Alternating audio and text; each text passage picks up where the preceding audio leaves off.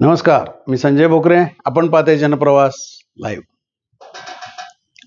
देवाभाऊंची कूटनीती आज विश्लेषणाचा हाच मुद्दा आहे. कारण सध्या ठाकरे बंधू गाजतायत, दोघे एकत्र आलीत. शिवसेना मनसे, शिवसेना म्हणजे उबाटा शिवसेना, आणि मनसे हे कार्यकर्ते सुद्धा उत्साही दिसत आहेत. आज सुद्धा मीरा भाईंदर वगैरे मोर्चा हे सगळं आपण पाहतोय. पण सगळ्यात महत्वाचा मुद्दा आज विश्लेषणाचा एवढाच आहे की याचा फायदा ठाकरे बंधूंना होणार का? मुंबई महापालिका निवडणुका हेच टार्गेट आहे. आता स्थानिक स्वराज्य संस्था, संपूर्ण महाराष्ट्र हे लक्ष ठाकरे बंधूंचं अजिबात नाही. मुंबई महापालिका काही करून मराठी अमराठी हा जो मुद्दा तयार झालेला आहे, आता वास्तविक ह्याची सुरुवातच झाली ती महायुतीकडून झाली. ते आपण सगळ्यांनी बघितलेलं आहे.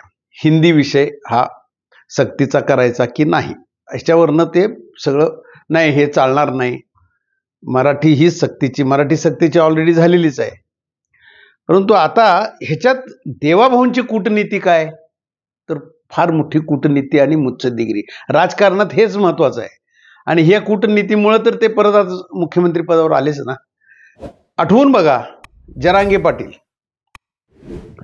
मराठा आंदोलन, मराठी सगळे एकत्र, अशा वेळेला ओबीसी मराठावाद आला.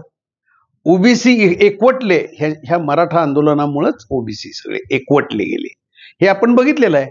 आणि नुसते एकवटले नाहीत, मतदानाची टक्केवारी काढून बघा तुम्ही. ओबीसी मतं सुद्धा ही महायुतीकडे गेली, भाजपकडे गेली, हे नाकारता येत नाही. आज तोच तशा पद्धतीनेच मुद्दा मुंबई महापालिका निवडणुकीमध्ये मराठी अमराठी. आता म्हटलं तर अमराठी किती, 50% वर आहेत तिथं. हिंदी भाषिक गुजराती आहेत, मारवाडी आहेत, इतर हिंदी भाषिक आहेत. मुस्लिम 14% आहेत तिथं. आज ते हिंदी बोलणार आहेत, पण ते महायुतीकडे भाजपकडे जाणार नाहीत. त्याचा फायदा उबाटाला होईल, पण त्यांनी काँग्रेसला कितपत सामील करून घेणार आहेत. महाविकास आघाडी, काँग्रेस नको म्हणतायत. राज आणि त्यांच्यातले काय परत मतभेद होणार का, हे एकत्र राहणार का, हे परत मुद्दे येणारच आहेत नंतर तिकीट वाटपावरनं. परंतु सगळ्यात मुख्य मुद्दा, भारतीय जनता पक्षानं हा डाव चांगला साध्य केलाय म्हणायला हरकत नाही. आता म्हणजे घासून असेल, कारण मुस्लिम मतं सोडली तर ही नाही म्हटलं 30-32% मतं ही मराठी आहेत आज त्या मुंबईमध्ये. तर ही मराठी मतं आणि काही मुस्लिम ही जरी धरली तरी अमराठींची संख्या आता ते एकवटलेत. अमराठी ही मतं भारतीय जनता पक्षाकडे जाणार. आणि भाजपची म्हणून ठराविक मतं आहेतच ना, की जी मराठी आहेत. ही मतं विभागणी, ह्याचं गणित आता घालायला RSS सरसावले पुढं. भारतीय जनता पक्ष, RSS आणि नंतर आता शिंदे शिवसेना गट, ही माहिती अजितदादांचं विशेष नाही नसलं तरी आहे ना. आज राष्ट्रवादी पक्ष आहे, त्यांचेही कार्यकर्ते आहेत.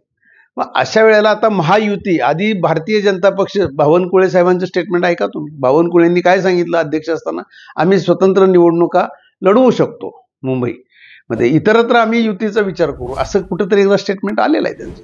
परंतु आता ह्या ठाकरे बंधूंच्या एकीमुळं महायुती परत एकत्र आली का? म्हणजे ह्या दोघांच्या मुळं, म्हणजे जसं परवा राज ठाकरे बोलून गेले, देवाभाऊंच्या मुळेच आम्ही एकत्र आलो, बाकी कुणी दमले सगळे, पण देवेंद्र फडणवीसांनी आम्हाला एकत्र आणलं. मग आता तुम्ही हे महायुती परत एकत्र लढती का काय तुमच्या विरोधात, ठाकरेंच्या विरोधात? हे मात्र अडचणीचं होणार आहे. अमराठी सगळे एकत्र आले तर मात्र हे दोन ठाकरे बंधू यांच्याशी जर का महायुती लढली आणि त्याच्यामध्ये पराभव पत्करायला लागला तर पुढचं राजकारण कसं होईल? म्हणजे दोन्ही ठाकरेंना पराभव स्वीकारावा लागेल, असं सुद्धा होऊ शकते. आणि ह्याचा अभ्यास मनसेचे नेते सुद्धा करतायत. त्यामुळे राज ठाकरे नुकताच झालेला त्यांच्या दोघांचा एकीचा कार्यक्रम बघितल्यानंतर मेळाव्यामध्ये राज ठाकरे हे सावध भूमिकेत होते. उद्धव ठाकरे बोलत होते आम्ही एकत्र आलो एकत्र, पण राज ठाकरे मराठी मुद्दा एवढंच बोलत होते. म्हणजे कुठंतरी हे पाणी मुरतंय. आणि देवाभाऊंची कूटनीती काय, तर कूटनीतीच आहे. त्यांनी आजपर्यंत शरद पवारांचा पक्ष कसा फोडला, कसे यशस्वी झाले, शिवसेना कशी फोडली, तिथं कसे यशस्वी झाले. आणि राजकारणात ह्यालाच महत्व आहे, त्यात चुकीचं काही नाही आहे. त्यामुळं देवाभाऊनीच हा डाव केला असेल भारतीय जनता पक्षानं. मराठी आणि अमराठी झालं तर शिवसेनेला, उभाटाला आणि मनसेला एकत्र येऊन सुद्धा फायदा किती होणार हे प्रश्नचिन्ह आहे. त्यामुळे उद्याच्या काळात राजकीय समीकरणं बरीच काही बदलतील आणि भारतीय जनता पक्ष आपला डाव साध्य करायच्या नादात आहे. आणि त्याच्यामध्ये एकनाथ शिंदे सुद्धा त्यांच्याही शिवसेनेचं भवितव्य हे फार महत्वाचं आहे. आत्ताच्या निवडणुकीमध्ये त्यांना सुद्धा त्यांची शिवसेना, त्याची ताकद ही दाखवावी लागेल. अशा वेळेला देवाभाऊंच्या कूटनीतीचाच त्यांना फायदा होणार आहे.